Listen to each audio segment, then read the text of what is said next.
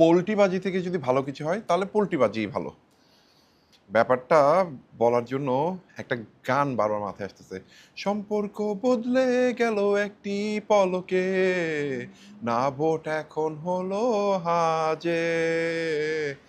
পরশুদিন পর্যন্ত যারা না ভোটের পক্ষে ক্যাম্পেইন করতেছিল, আজকে তারা হ্যাঁ ভোটের পক্ষে হয়ে গেছে। বিকজ তাদের প্রভু তাদেরকে বলেছে হ্যাঁ ভোটের পক্ষে ভোট দেওয়ার জন্য। It's a good thing, I appreciate you guys. এভাবেই পোল্টিবাজি করা দরকার দেশের স্বার্থে, দেশের প্রয়োজনে, কিন্তু প্রভুকে অনুসরণ করে না, নিজেদের বিবেক বুদ্ধি দিয়ে। এখন এরপরও কিছু পার্টি আছে, ওরা এতদিন নার পক্ষে ক্যাম্পেইন করছে, এখন তো আর হার পক্ষে চলে যেতে পারবে না, ওরা স্টিল নার পক্ষে ক্যাম্পেইন করতেছে। এই ছাগলগুলো জিজ্ঞেস করেন যে ওরা নার পক্ষে কেন ক্যাম্পেইন করতেছে, এগুলো বলতে পারবে না। এগুলো হলো বেসিক্যালি গুপ্ত। গুপ্ত টার্মটা এখন অ্যাপ্লিকেবল হবে ফর স্পেসিফিক ফিউ পিপল। এই গুপ্ত থেকে সাবধান থাকতে হবে। আর সফট আওয়ামী লীগের যারা, ওদেরকে মার্ক করে রাখতে হবে।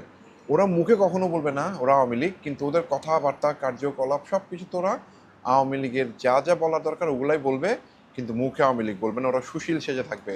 সমাজের বিভিন্ন শ্রেণীর প্রেশার, ভালো ভালো মানুষজন ওরা এসে আওয়ামী লীগের বিভিন্ন বয়ানগুলোকে মার্কেটে ছাড়বে।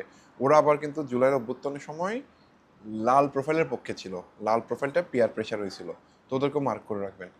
এদের কথাবার্তাকে সিরিয়াসলি আমল করতে যাবেন না, ঝামেলা আছে। তো যাই হোক, তো পোল্ট্রিবাজ ভাইরা গণভোটের পক্ষে হ্যাঁ আর একটু পাবলিক এবং ওপেন ক্যাম্পেইনটা করেন প্লিজ। এটা আসলে আমাদের জন্য, আমাদের দেশের জন্য, সকলের জন্য। জাস্ট বিকজ আপনি আপনার বাপদাদার ঐতিহ্য ধরে একটা দলের সমর্থক, তাই বলে এখন আপনাকে না আর পক্ষে যাইতে হবে, দেশের গ্রেটার গুডের কথা চিন্তা করবেন না, হবে না।